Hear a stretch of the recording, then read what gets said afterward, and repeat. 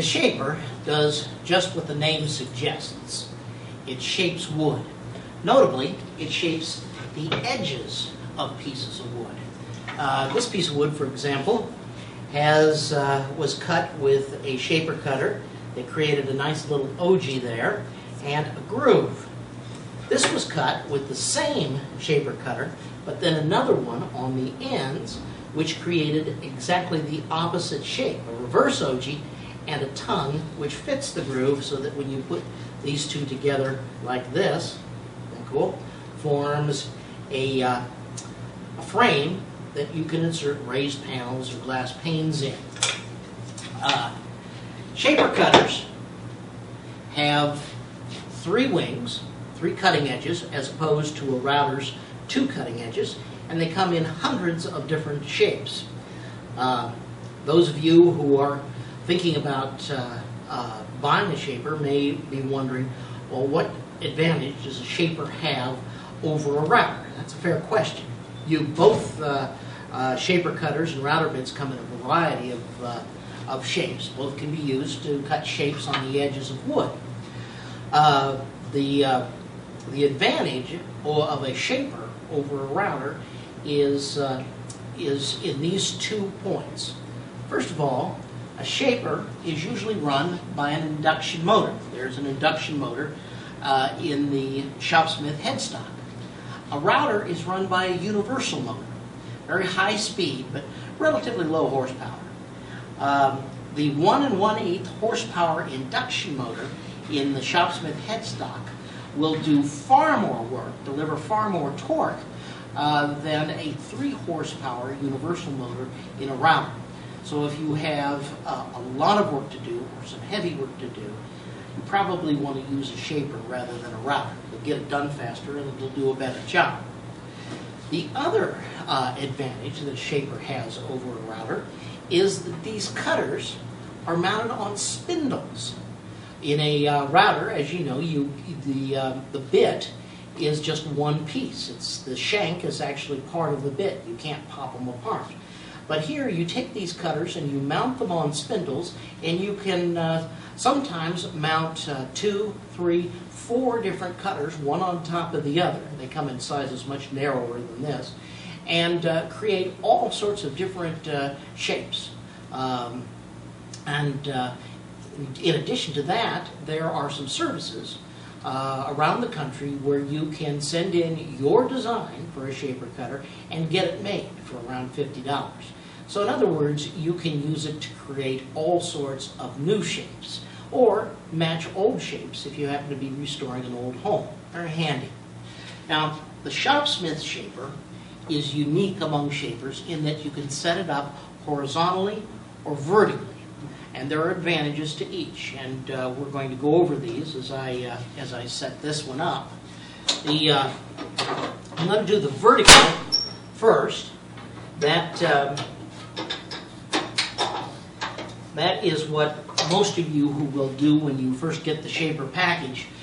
You'll notice I've started by putting an insert in here. This insert is similar to the dust collection insert, but it has a slightly smaller hole, and it allows you, as you can see with this inlet right here, it allows you to collect the dust while you're shaping. Bring the headstock down a little bit and stand this up. Lock it in place. There we go. Now,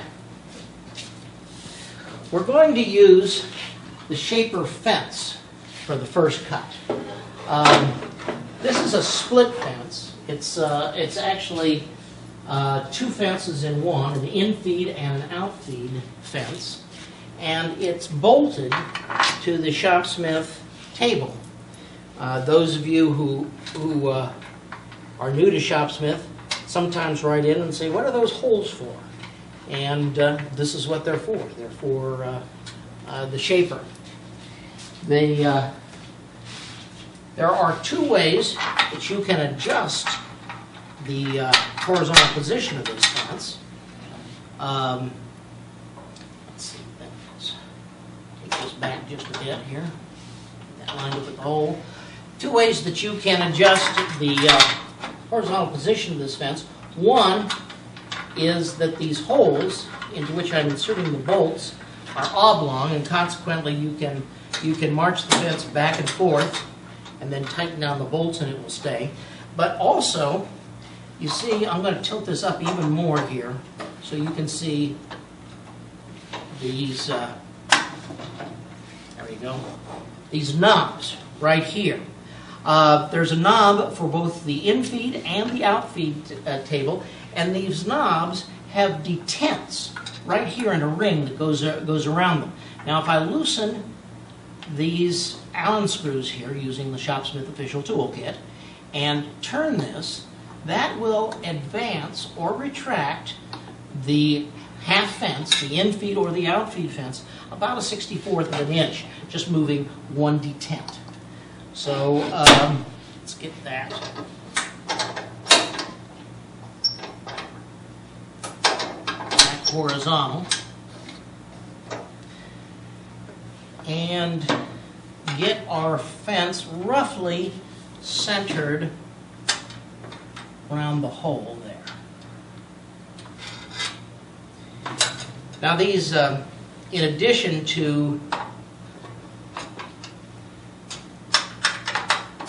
you're being able to move the fence horizontally from the front to the back of the machine, you can also move the fence vertically or horizontally from side to side.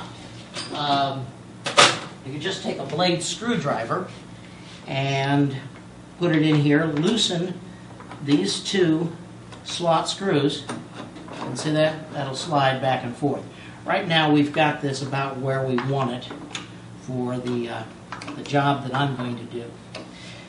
Now, in addition to the fence, there are two other accessories that come in pretty handy. This is our ordinary feather board. Helps hold the wood against the fence. This is a special feather board that was made just for the shaper. It will hold the wood down on the table. Just fastens right around the quill like that. There we go. Now, let's get a piece of wood and our half-inch arbor with a spindle cutter. The arbor comes with a set of rub collars, and we're not going to use the rub collars for this particular operation. They're meant to guide the wood, but in this operation that I'm going to show you, we're actually guiding the wood along the fence, so we won't need them except as spacers. I'm going to take the two smallest rub collars, turn them upside down, okay, and now I'm going to mount the cutter. Now this is very important. This spindle sits like this, and it turns clockwise, looking down on it. I want the shaper cutter to also turn clockwise towards me. If I put it on the other way, okay, the cutting edges would be revolving in the wrong direction. So make sure you get the shaper cutter on the spindle correctly, and then we put in a tongued washer. This tongue fits in a groove in the arbor that helps keep it keep the nut from loosening as you work. If that nut wasn't there, there's a chance that this all could come flying off, and that's no fun. All right, now let me turn the spindle so the flat is facing me. I'm going to raise this feather board so you can see what I'm doing. Get out of the way here and get the collars off. Get the spindle in place and tighten it down on the flat. Now, whenever I tighten something on the flat, I always feel back and forth to make sure I've got it right centered in that flat. If you get it just to one side or the other, it will feel like it's in place, but it really isn't. It can be dangerous. All right, now let's first of all adjust the vertical position of the shaper cutter. That's done with the quill. And I'm going to take it down. We want to cut a groove and all right, not getting the throw we need, so we back the lever off. As you see, I took the lever down and it hit the fence. I'm now going to I took it down and now I can get a little more throw out of that. There we go.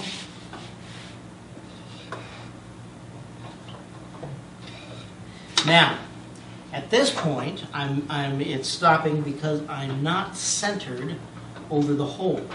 So I'm going to bring the table forward a bit, make sure that that's centered in the hole, and it is. In fact, I'm going to hold it there in the hole and turn it around, making sure that it's not hitting anything, and it isn't. Great.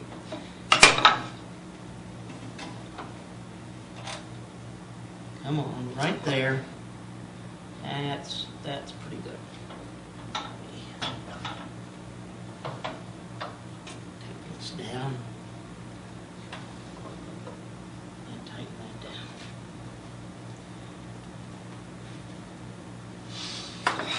down. All right, now we need to adjust the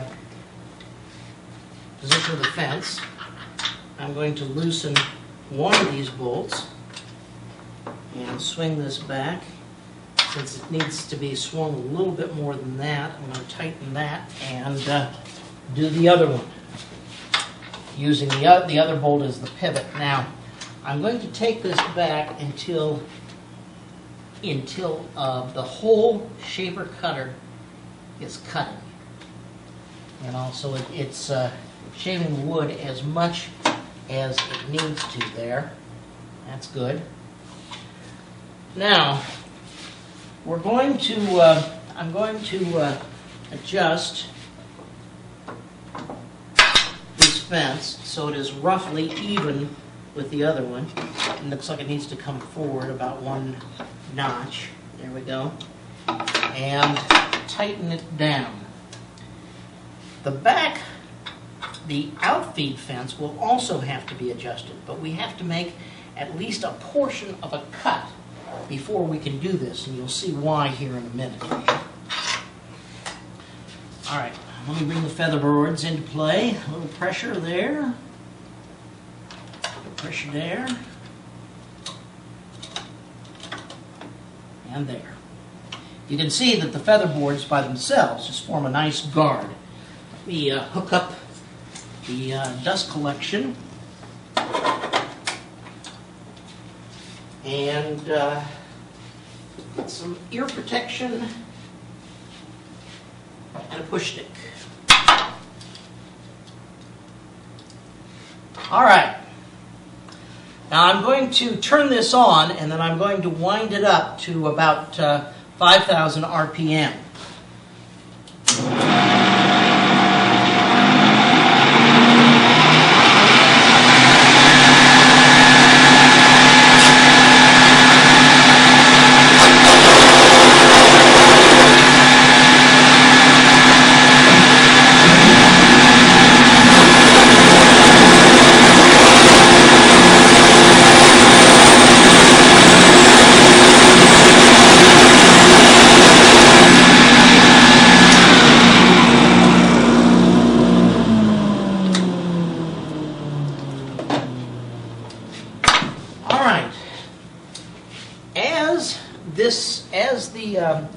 This cuts.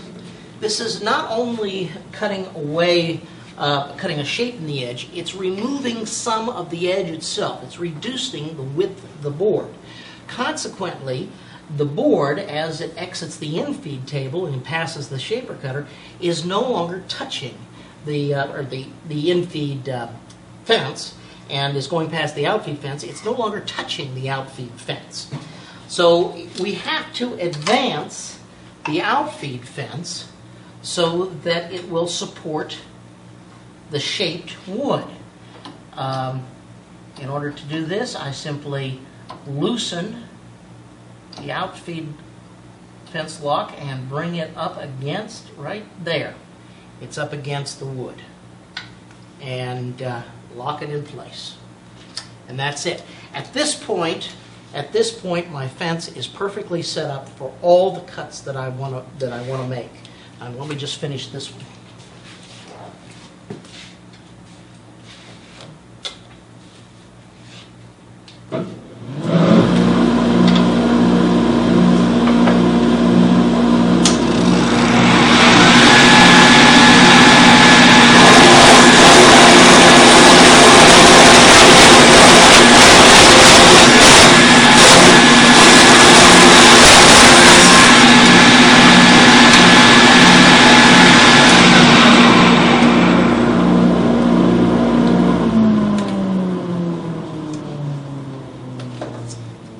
Pretty nice and smooth too. The wood is probably a little narrow for this shape. That's a 1-inch thick cutter and a 3/4 inch thick board, but nonetheless a pretty good cut all told. Now,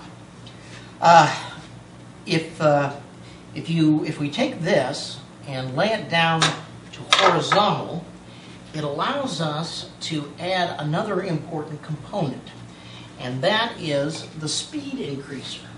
Remember, I told you we wound this up to 5,000 RPM.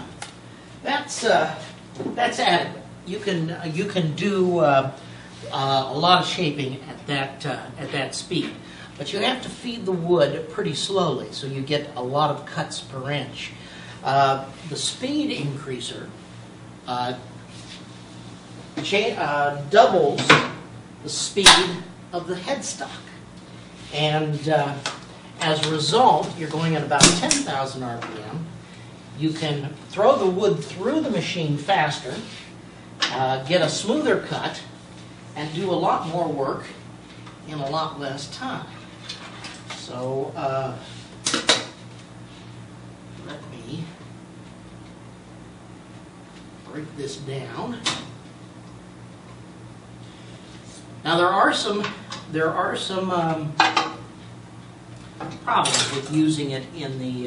There are some trade-offs in using this in the horizontal position, and one of those trade-offs is that you can't use the overhead feather board, which I like. But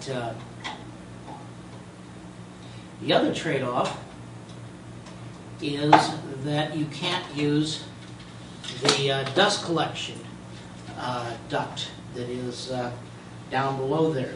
We'll have to set up our dust collection in another way. I'll show you in a bit.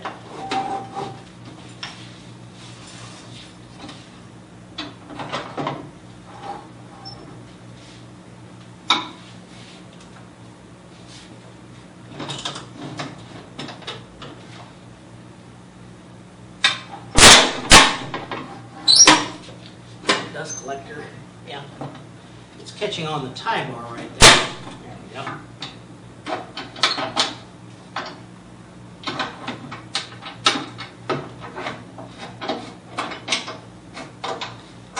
Sounds bad, but it's not really. Now I'm going to take the fence off for this next cut, and the reason is that I want to show you how to do a freehand cut on a shaper. As you're aware, you can do both freehand and fence-guided cuts on a router table. With a free-handed router, you have to have a pilot on the bit. And it's the very same thing with the shaper cutter, only you have to have what are called rub collars. I showed you those when we set up the for the first cut. those rub collars act as guides.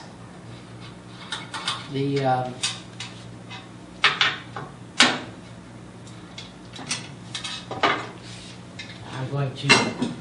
swapping inserts, but not really. I'm swapping a shaper insert with a dust collection hub or a chute for a shaper insert without a dust collection chute.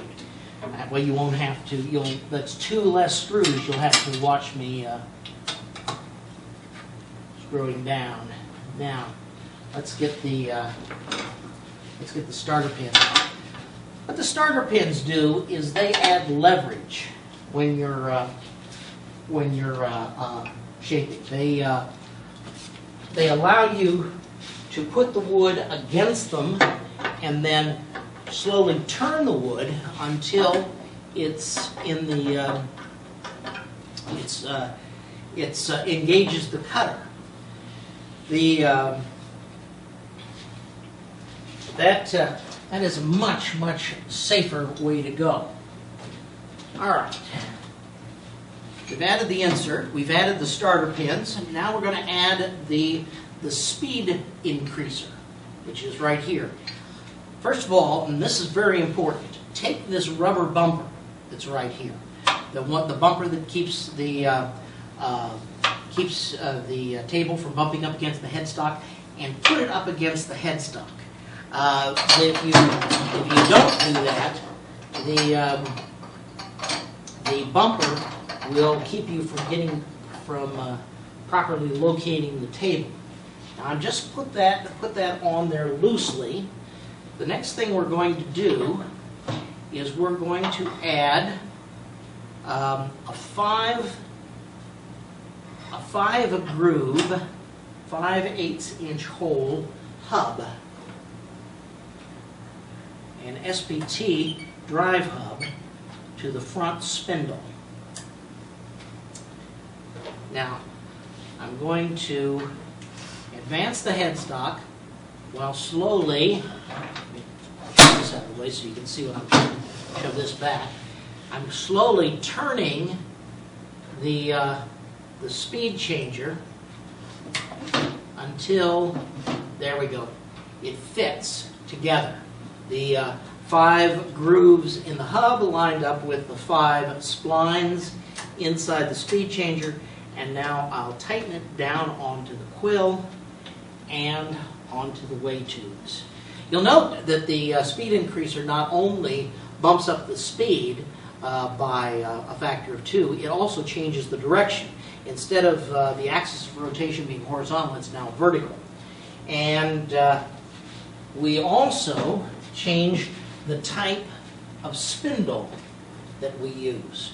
This is the vertical spindle, and it's different from the one that you use when you're in the vertical position. This spindle is 3/8 of an inch in diameter, and it has ball bearing hubs, which are kind of nice, so that they don't burn the wood. I'm going to choose one to act as a guide, and let's see, it's about right where I want to cut, so this will be the guide. Once again, I have to think about how this stack is going to turn. If I turn this on, I'm rotating counterclockwise, so this cutter is going to be going like this, so my cutter should be oriented like that. All right, now I'm going to put the smallest of these rub colors on here just to act as a spacer, then the large one. Then I've got these little special washers here. They look like little top hats, flared or flanged washers. These washers are adapters. Remember, I told you that this is a 3/8 inch spindle, and these are 1/2 inch holes in these particular shaper cutters. This allows you to use shaper cutters for both 1/2 inch and 3/8 inch. shaper cutters, more or less doubles the selection that you have out there. Let's put that on. That little washer becomes an adapter here, and you put one on the top as well. Then the toothed washer, for reasons that we already understand, and the nut.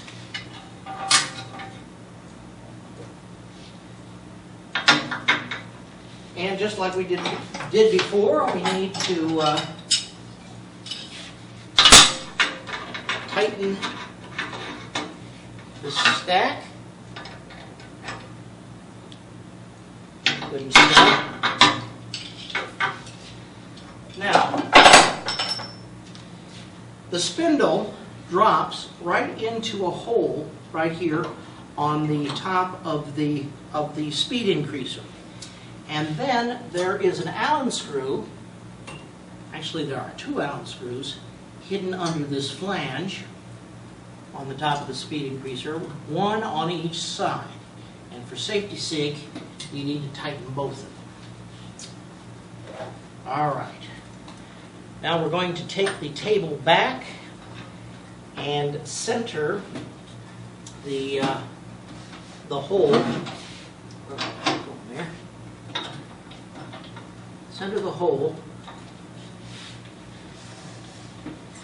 over the shaper cutter. That's pretty reasonable right there. Now, before, in the vertical position, we adjusted our depth of cut by raising and lowering the quill. And this time, we'll adjust our depth of cut by raising and lowering the table. Now, one of the things that we want to make sure is that the wood will contact our rub collar. If I get this to where the rub collar is contacting, but I don't have the shape that I want in the edge of the board, then what I may have to do is take this stack apart and put the rub collar on the other side of the shaper cutter. Okay? Now, let's add some dust collection. Got a gooseneck here with a dust collection thingamabobby on it. Now, those of you who have a 520 have these little knobs down here for your connecting tubes. As you can see, these knobs are also absolutely great for attaching these goosenecks. So let's put that there and bring our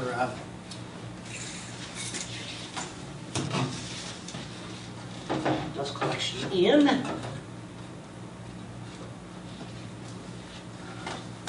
have to, depending on which way the hose wants to drag that might be the better way, right? Better place it over there. There we go. All right. Now, remember, I told you we're going to use this as leverage. With this thing whirling around at 10,000 RPM, if I were feeding this in, I'd be feeding it from this side. That a little further back, there we go. If I were just to feed this in like that, there's a chance that in the feeding that this would actually take and dig in, kick it out of my hands, and kick it back towards me, which is something that I would not like. So what I can do with the starter pins is I can put the wood against the starter pin and use it as a lever and slowly walk it into the cutter. Works great. Let me show you.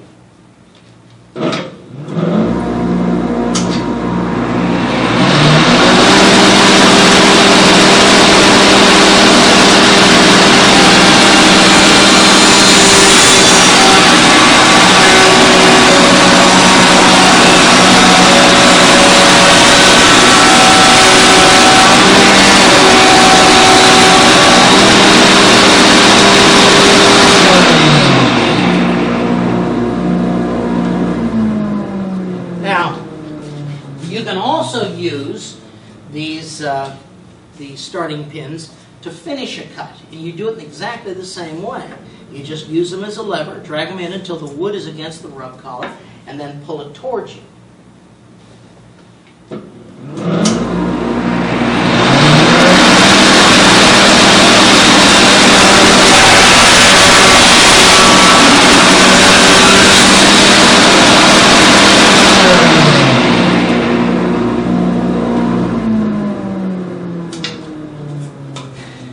As simple as that, and there you go. That's how to use your shaper in both the vertical and the horizontal position, and how to use both the shaper fence and the starting pins. I'm Nick Engler. Keep your corner square.